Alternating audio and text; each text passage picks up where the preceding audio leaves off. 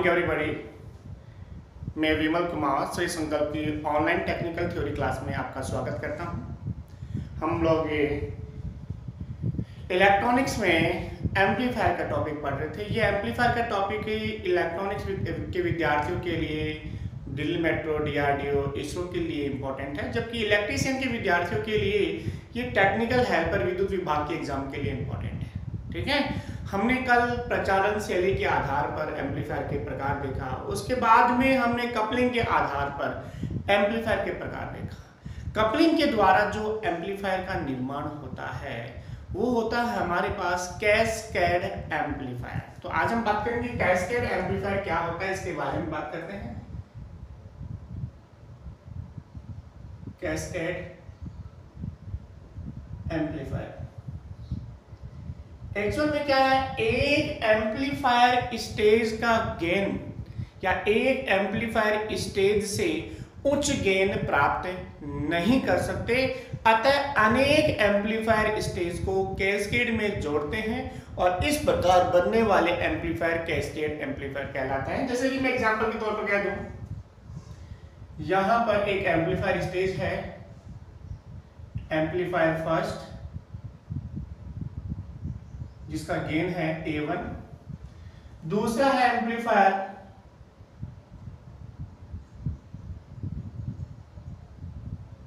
Second जिसका gain है ये सेकंड, ये फर्स्ट जिसका गेन है A2। ये A1 और A2 उच्च नहीं है, लेकिन उच्च प्राप्त करने के लिए दोनों एम्पलीफायर को कैस्केड में जोड़ दिया जाता है और इस प्रकार बनने वाला एम्पलीफायर कैस्केड एम्पलीफायर कहलाता है।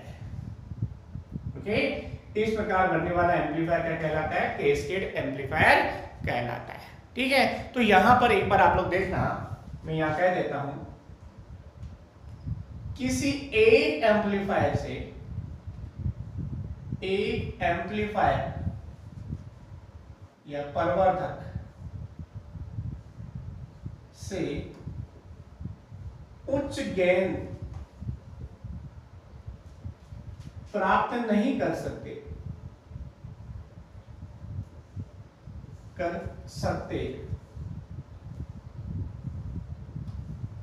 अतः अनेक एम्पलीफायर स्टेज को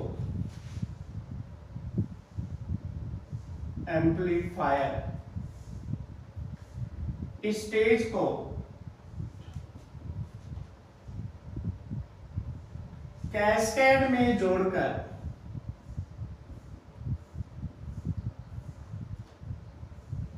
उच्च गेन प्राप्त किया जाता है। ठीक है, एक एम्पलीफायर स्टेज से उच्च गेन प्राप्त नहीं कर सकते, अतः अनेक एम्पलीफायर स्टेज को कैस्केड में जोड़कर उच्च गेन प्राप्त किया जाता है। पॉइंट क्लियर है। अब बात आती है कि जो गेन है, टोटल गेन कितना होगा। अगर यहां पर दो स्टेज है तो कितना होगा, तीन है तो कितना होगा। मैं यहां पर दो का मैंने एग्जांपल लिया है, तो दो स्टेज के टोटल गेन कितना होगा, यानी कि कैस्केड में परिणामी गेन, कैस्केड में परिणामी जो गेन होगा, परिवर्धन होगा, वो A बराबर हो जाएगा A1 गुना A2। अगर तीन स्टेज भी तो A3, चार भी तो A4, पांच भी तो A5, मतलब इस प्रकार चलता जाएगा। ठीक है, लेकिन परिणामी गेन dB में, परिणामी गेन किसमें, dB में क्या हो जाएगा, A1 dB में प्लस A2 dB में। dB डेसिबल है, ठीक है, यानी बेल का 10वां भाग, डेसिबल बेल का 10वां भाग। dB का मतलब है डेसिबल,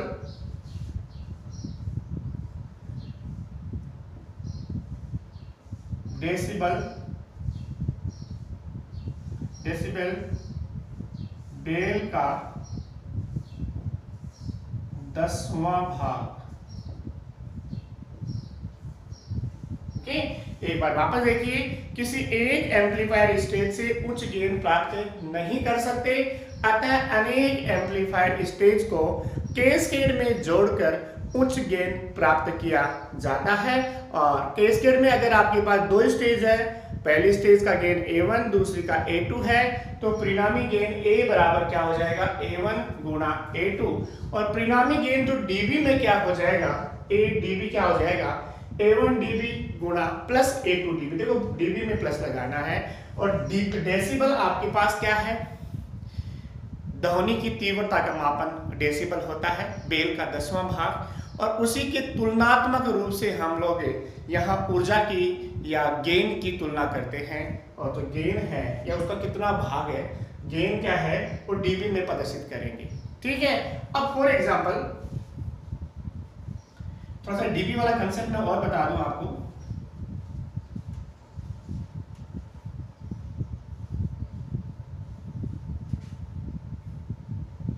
dB वाले कंसेप्ट में ध्यान में रखना, यदि किसी एम्पलीफायर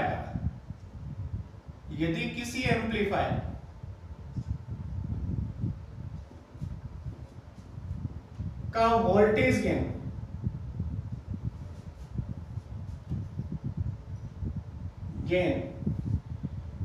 AV बराबर V0 बट्टा VI हो तो वोल्टेज गेन dB में क्या होगा, वोल्टेज गेन AV किसमें, dB में क्या होगा, dB में क्या होगा 20 log 10 AV। क्या हो जाएगा, 20 log 10 AV होगा। अर्थात आप कह सकते हो 20 log 10 V0 बटा VI। क्लियर है। इसी प्रकार से ये तो पहला पॉइंट हो गया। इसी प्रकार से यदि किसी एम्पलीफायर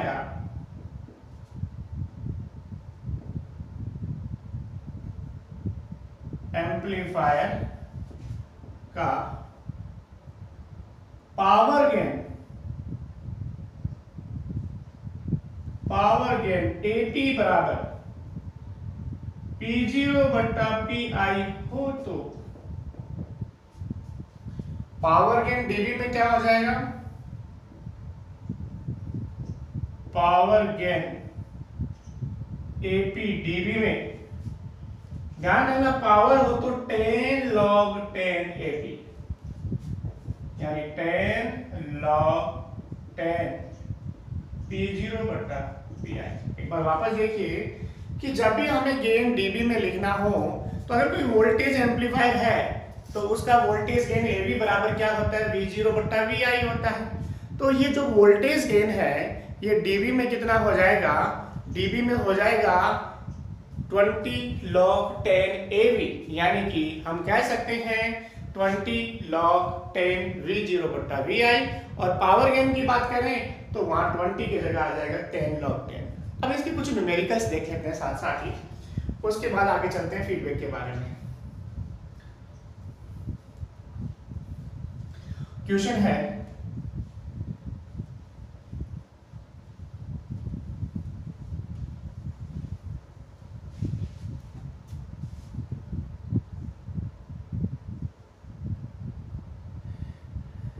एक कैस्केड एम्पलीफायर,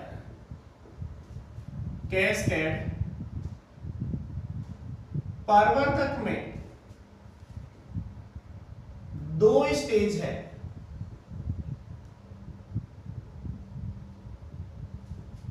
जिनका वोल्टेज गेन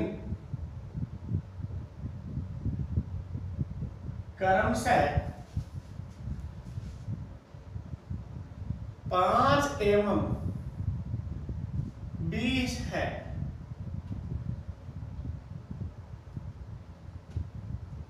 संपूर्ण एम्पलीफायर का संपूर्ण प्रवर्धक का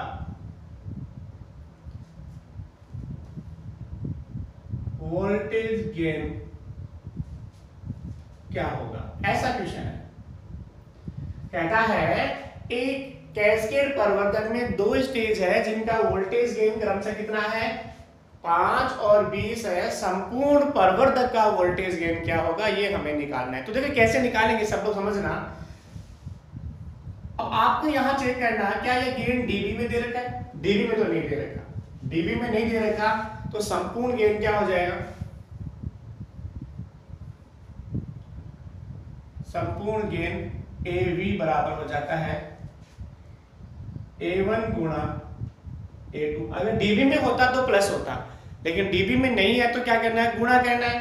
A1 कितना है 5, A2 कितना है 20, कितना आ गया 100, यानी संपूर्ण गेन हमारे पास 100 आ गया। लेकिन हो सकता है ये जो ऑप्शन जो दे रखा हो परसेंट में वो 100 नहीं दे रखा हो, ऑप्शन डीबी में दे रखा हो। देखो यहां मान डीबी में नहीं है लेकिन ऑप्शन डीबी में दे रखा हो तो आपको इसको डीबी में कन्वर्ट करना पड़ेगा। देखो कन्वर्ट कैसे करेंगे उसके बारे में देखेंगे। संपूर्ण गेन डीबी में, संपूर्ण गेन एवी किसमें, डीबी में, डीबी में क्या हो जाएगा 20 log 10 100, एवी का मान कितना है 100 है, यानी कि ऐसा लिख सकता हूं मैं 20 log 10, 100 को क्या लिख सकते हो 10 की घात 2। आपको पता है ये जो घात जो होती है, देखो यहाँ दोनों आधार बराबर है, ये जो घात होती है इसको बाहर ले आते हैं, घात को बाहर ले आएंगे तो क्या हो जाएगा 20 into 2 log 10 10। आपको ये चीज पता होनी चाहिए, प्रॉपर्टी पता होनी चाहिए log की, log अक्ष कितना होता है 1, तो 10 10 कितना हो जाएगा, आधार 10 है, 10 का log कितना हो जाएगा 1, यानी कितना हो गया 20 गुणा 2 यानी कि 40 dB। एक बार वापस देख लीजिए, कह रहा है कैस्केड प्रवर्धक में 2 स्टेज है जिनका वोल्टेज गेन क्रम से 5 एवं 20 है, संपूर्ण प्रवर्धक का वोल्टेज गेन क्या होगा। जब ऐसा करना है तो संपूर्ण गेन AV बराबर क्या हो जाएगा, दोनों का गुणनफल, यानी 5 गुणा 20 कितना हो गया 100, और इसको डीबी में लिखना है तो 20 log 10 100, और 100 100 का जो है इसको लिख सकते हैं 10 की घात 2, 2 यहां से इसके गुणा में आ जाएगा, 20 गुणा 2 log 10 10 यानी कि 40 dB आंसर हो जाएगा। कर सकते हो, अगर 3 स्टेज होती तो 3 को गुणा कर देते। अब और कैसा क्वेश्चन हो सकता है उसके बारे में बात करते हैं। सेकंड क्वेश्चन, मैं इसी क्वेश्चन को चेंज कर दूं, वोल्टेज गेन क्रमशः 5 dB व 20 dB है, संपूर्ण प्रवर्धक का संपूर्ण वोल्टेज गेन डीबी में क्या होगा। ऐसा क्वेश्चन भी हो सकता है, आपको दे दिया यहां वोल्टेज गेन कितना 5 dB और 20 dB, संपूर्ण वोल्टेज गेन डीबी में क्या होगा। वहां डीबी में दे रखा है, यहां डीबी में दे रखा है, तो ऐसी स्थिति में देखिए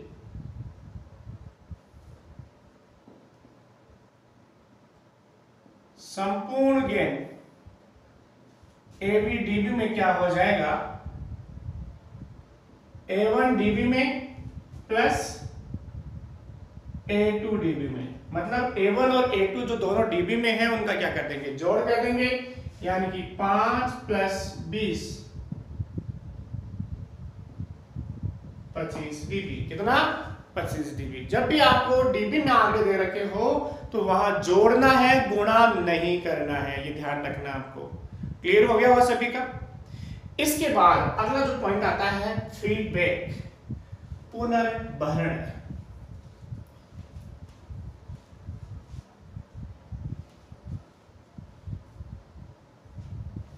ठीक है, पुनर्भरण।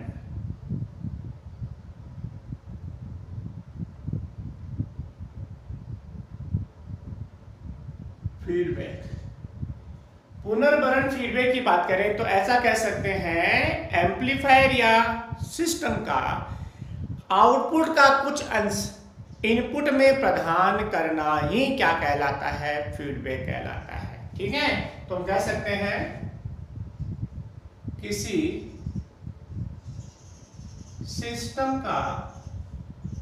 सिस्टम के आउटपुट का कुछ अंश इनपुट में प्रदान करना ही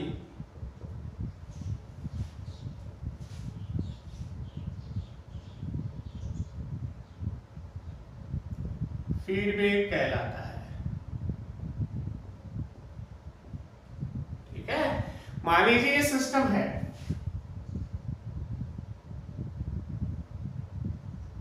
जिसका गेन मान लीजिए क्या है, ए। ये सिस्टम है, ये इसका इनपुट था, ये इसका आउटपुट था। तो इस आउटपुट का कुछ अंश ये फीडबैक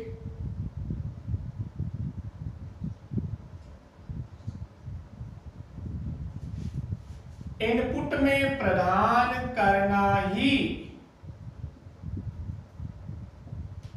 क्या कहलाता है, फीडबैक कहलाता है।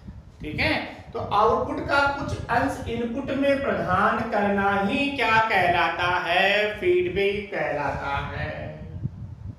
क्लियर है? तो फीडबैक क्या है, किसी सिस्टम के आउटपुट का कुछ अंश इनपुट में प्रदान करना ही फीडबैक कहलाता है। जैसा कि डायग्राम में नजर आ रहा है, देखो मैंने यहाँ फीडबैक में एक प्लस का चिन्ह लगाया, एक माइनस का चिन्ह लगाया है।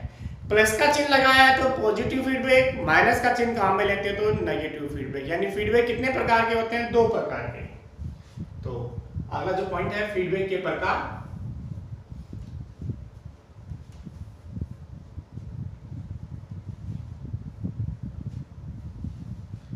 फीडबैक के प्रकार, फीडबैक होता है 2 प्रकार का।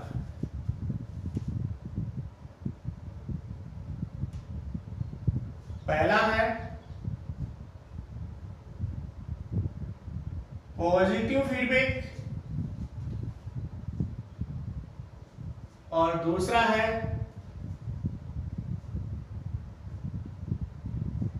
Negative feedback. ठीक है, अब पॉजिटिव फीडबैक क्या होता है, पॉजिटिव फीडबैक का मतलब होता है आउटपुट, सुनना मेरी बात, पॉजिटिव फीडबैक का मतलब होता है आउटपुट का जो अंश है वो इनपुट में जुड़ने की प्रवृत्ति रखे, तो इसे क्या कहते हैं, पॉजिटिव फीडबैक कहते हैं। ठीक है, तो सबसे पहला है पॉजिटिव फीडबैक। एक नंबर है पॉजिटिव फीडबैक। पॉजिटिव फीडबैक धनात्मक पुनर्भरण। और पॉजिटिव फीडबैक की बात करें तो ऐसा कह सकते हैं आउटपुट का अंश इनपुट में जुड़ने की प्रवृत्ति में प्रदान करे, इसे पॉजिटिव फीडबैक कहते हैं। मतलब वो धनात्मक पुनर्भरण में, धनात्मक पुनर्भरण में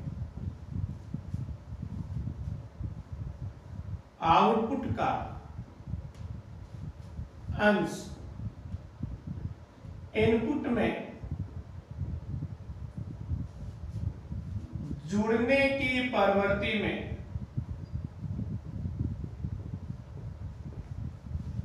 प्रदान किया जाता है।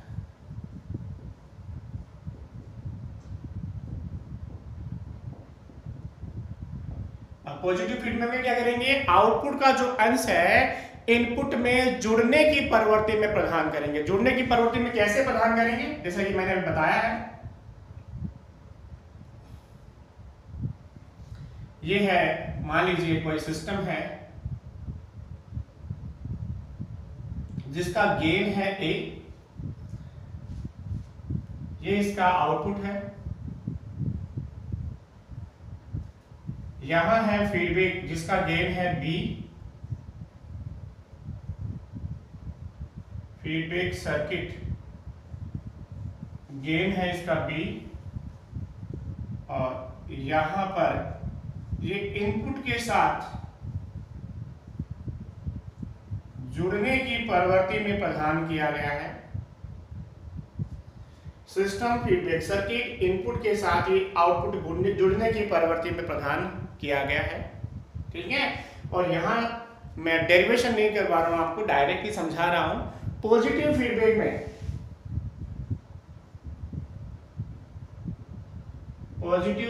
में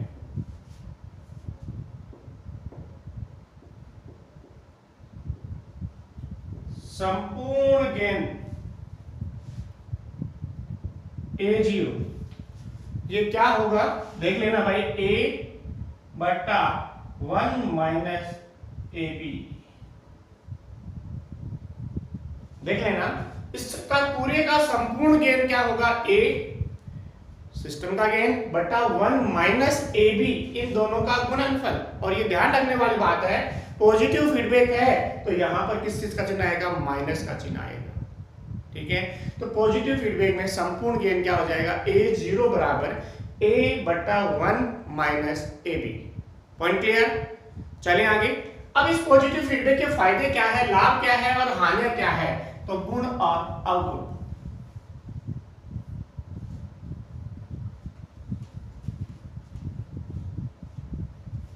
सबसे पहले पॉजिटिव फीडबैक के गुण।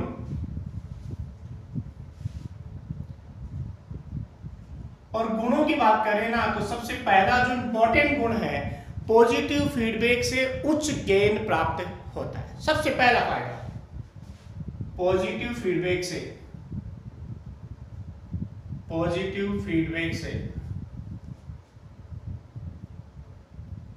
उच्च गेन प्राप्त होता है।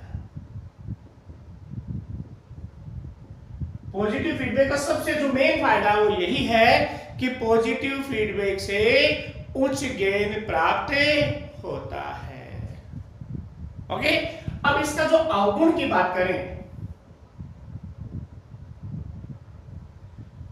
सबसे पहला जो अवगुण है पॉजिटिव फीडबैक का, पॉजिटिव फीडबैक में सिस्टम में अस्थिरता आती है। क्या? पॉजिटिव फीडबैक से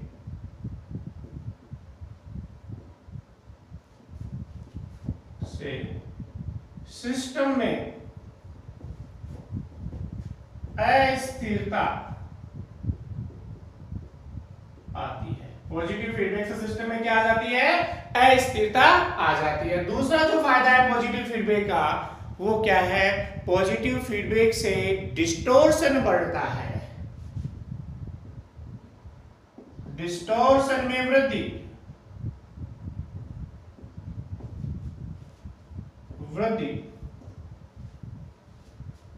तीसरा, आउटपुट में नॉइस में वृद्धि।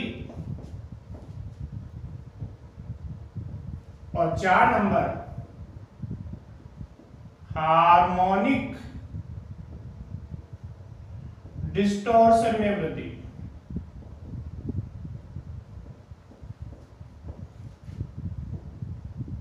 तो पॉजिटिव फीडबैक के फायदे, पॉजिटिव फीडबैक का फायदा क्या है, एक ही सबसे बड़ा फायदा है पॉजिटिव फीडबैक का कि पॉजिटिव फीडबैक में हमें उच्च गेन प्राप्त होता है। ठीक है, इसके अलावा इसके नुकसान ही है। पॉजिटिव फीडबैक से सिस्टम में अस्थिरता आती है, पॉजिटिव फीडबैक से डिस्टॉर्शन में वृद्धि होती है, आउटपुट में नॉइस में वृद्धि होती है, हार्मोनिक डिस्टॉर्शन में वृद्धि होती है। ये सारे एक नुकसान ही नुकसान है पॉजिटिव फीडबैक के।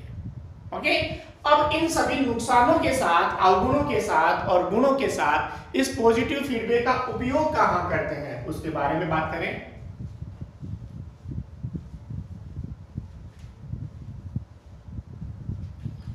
इसका उपयोग, पॉजिटिव फीडबैक का उपयोग किया जाता है ओसिलेटर दोलित्र में।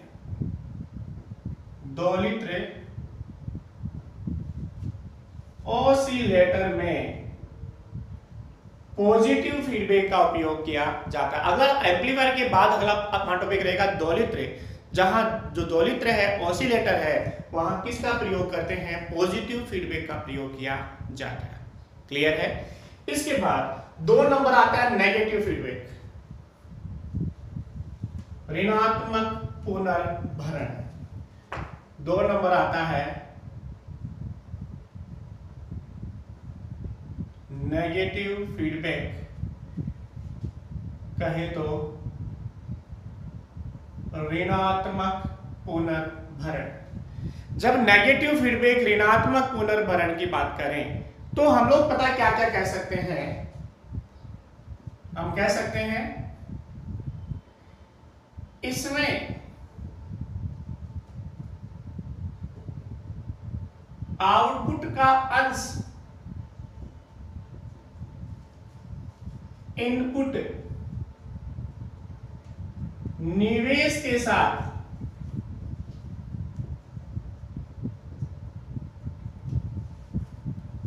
घटने की प्रवृत्ति का होता है।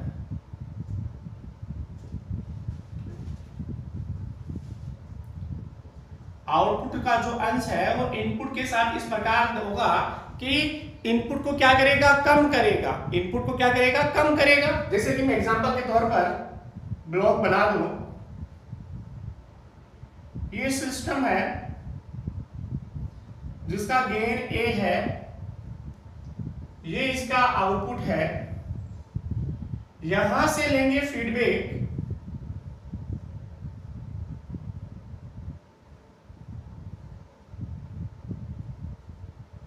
फीडबैक सर्किट जिसका गेन है बी, और ये इनपुट के साथ क्या करेगा, घटने की प्रवृत्ति रखेगा। माइनस का चिन्ह लगाया मैंने। तो ऐसा फीडबैक क्या होता है, नेगेटिव फीडबैक होता है। और ध्यान रखिए नेगेटिव फीडबैक में संपूर्ण गेन, नेगेटिव फीडबैक में संपूर्ण गेन A0 बराबर हो जाएगा A/1 प्लस AB। वहां 1 माइनस था और यहां क्या हो जाएगा, 1 प्लस हो जाएगा। एक बार वापस देखिए नेगेटिव फीडबैक क्या है। नेगेटिव फीडबैक का मतलब है इसमें आउटपुट का कुछ अंश इनपुट के साथ घटने की प्रवृत्ति रखे, वो कैसा फीडबैक है, नेगेटिव फीडबैक है। और इसमें सिस्टम A है, फीडबैक परिपथ B है, और हम कह सकते हैं जो संपूर्ण गेन हो जाएगा वो क्या हो जाएगा, A0 बराबर हो जाएगा A/1 प्लस AB। ओके, अब इस नेगेटिव फीडबैक के फायदे क्या है और नुकसान क्या है। सबसे पहला है नेगेटिव फीडबैक के गुण।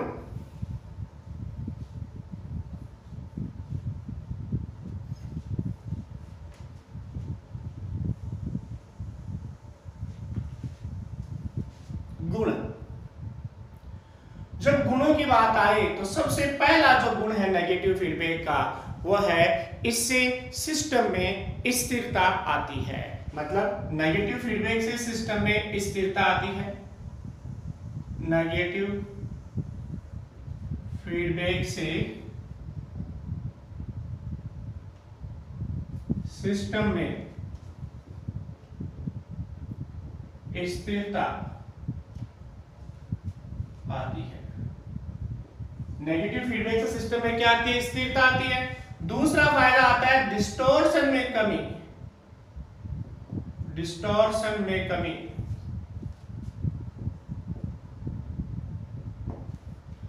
तीसरा आता है आउटपुट नॉइस में कमी।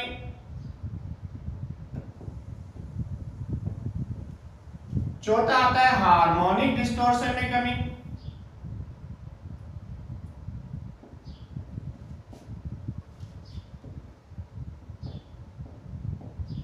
ये नेगेटिव फीडबैक के फायदे हैं। नेगेटिव फीडबैक से क्या होता है, सिस्टम में स्थिरता आती है, डिस्टॉर्शन में कमी आती है, आउटपुट नॉइस में कमी आती है, हार्मोनिक डिस्टॉर्शन में क्या आती है, कमी आती है नेगेटिव फीडबैक से।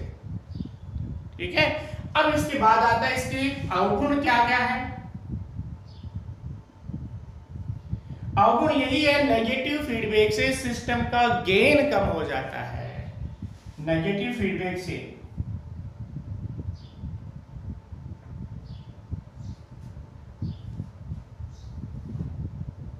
सिस्टम का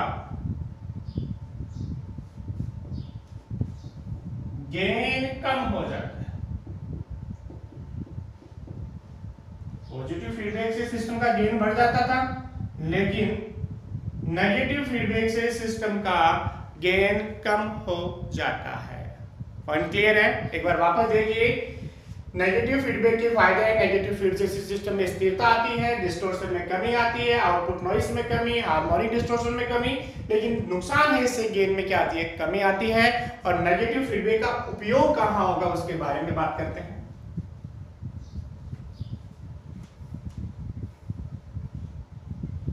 अगला इसका उपयोग,